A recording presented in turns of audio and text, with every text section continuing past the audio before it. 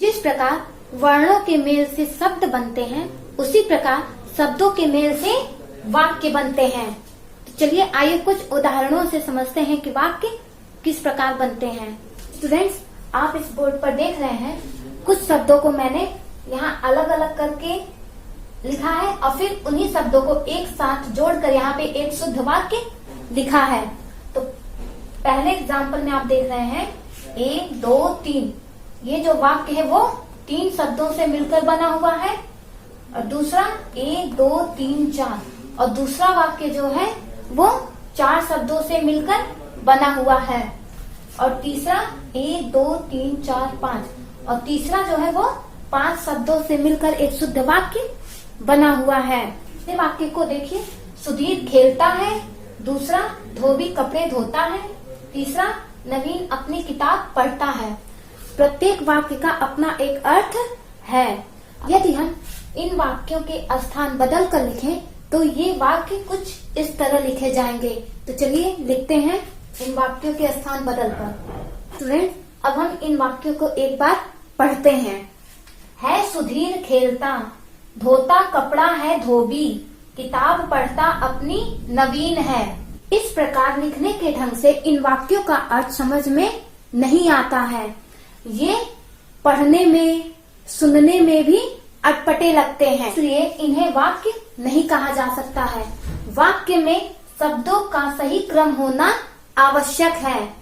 जैसे यहाँ पर लिखा हुआ है, शब्दों को मैंने सही क्रम में, और यहाँ पे उस क्रम में उसे नहीं लिखा हुआ है मैंने, तो ये वाक्य नहीं कहलाएंगे। स्टूडेंट्स, अब हम आगे लिखते हैं वाक्य की परिभाषा। वाक्य की परिभाषा, 2 या 2 से अधिक सार्थक शब्दों के मेल को वाक्य कहते हैं। जैसे तुम खाओ, राम मंदिर जाता है, आम फलों का राजा है। पहला वाक्य 2 शब्दों से मिलकर बना हुआ है, दूसरा वाक्य 4 शब्दों से मिलकर बना हुआ है, और तीसरा वाक्य जो है वो 5 शब्दों से मिलकर बना हुआ है। तो ये आपका हो गया वाक्य की परिभाषा। स्टूडेंट्स, अब हम आगे बढ़ते हैं वाक्य के भाग पर। तो वाक्य के 2 भाग होते हैं, पहला उद्देश्य, दूसरा विधेय। स्टूडेंट्स, लिखते हैं हम वाक्य के भाग। वाक्य के भाग, वाक्य के 2 भाग होते हैं, पहला उद्देश्य, दूसरा विधेय। उद्देश्य, वाक्य में जिसके बारे में कुछ कहा जाए उसे उद्देश्य कहते हैं। जैसे कि आप देखिए, ये एक वाक्य है जो राम मंदिर जाता है। तो राम मंदिर जाता है में उद्देश्य क्या होगा? किसके बारे में कहा जा रहा है? राम के बारे में कहा जा रहा है ना, कि राम कहाँ जा रहा है? मंदिर जा रहा है। तो इस वाक्य में जो है वो राम उद्देश्य हो जाएगा। और विधेय, उद्देश्य के संबंध में जो बात कही जाए उसे विधेय कहते हैं। तो देखिए, जो राम है वो कहाँ जा रहा है? मंदिर जाता है। तो ये इतना क्या हो जाएगा? विधेय। और ये उद्देश्य। राम के बारे में हम बता रहे हैं कि राम कहाँ जा रहा है? मंदिर जा रहा है। तो ये इतना जो वाक्य का जो ये भाग है वो विधेय हो जाएगा, और राम जो है वो उद्देश्य हो जाएगा, क्योंकि हम वाक्य में जो है वो राम के बारे में बता रहे हैं। और विधेय का मतलब होता है उद्देश्य के संबंध में जो बात कही जाए। और उद्देश्य के संबंध में हम यही बता रहे हैं ना कि राम जो है वो कहाँ जा रहा है? मंदिर जा रहा है।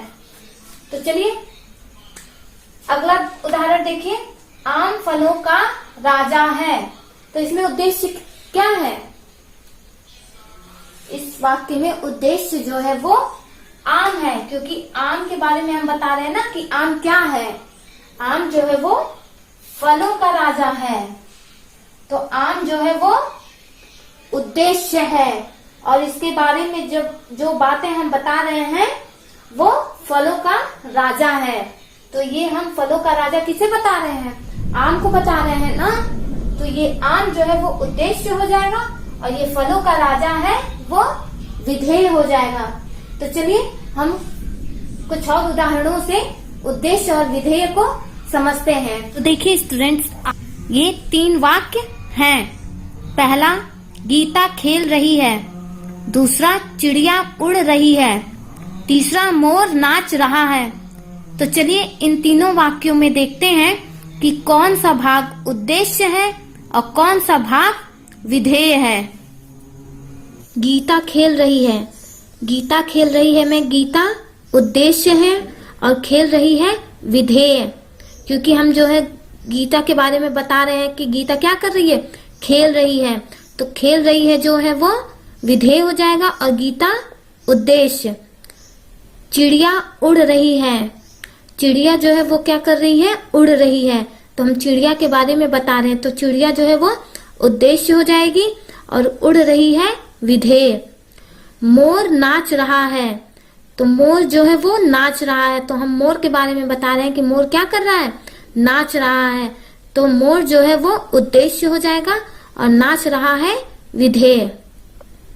तो स्टूडेंट्स, इस प्रकार आप लोगों का वाक्य की परिभाषा, वाक्य के भेद, उद्देश्य और विधेय भी पूरा हो गया।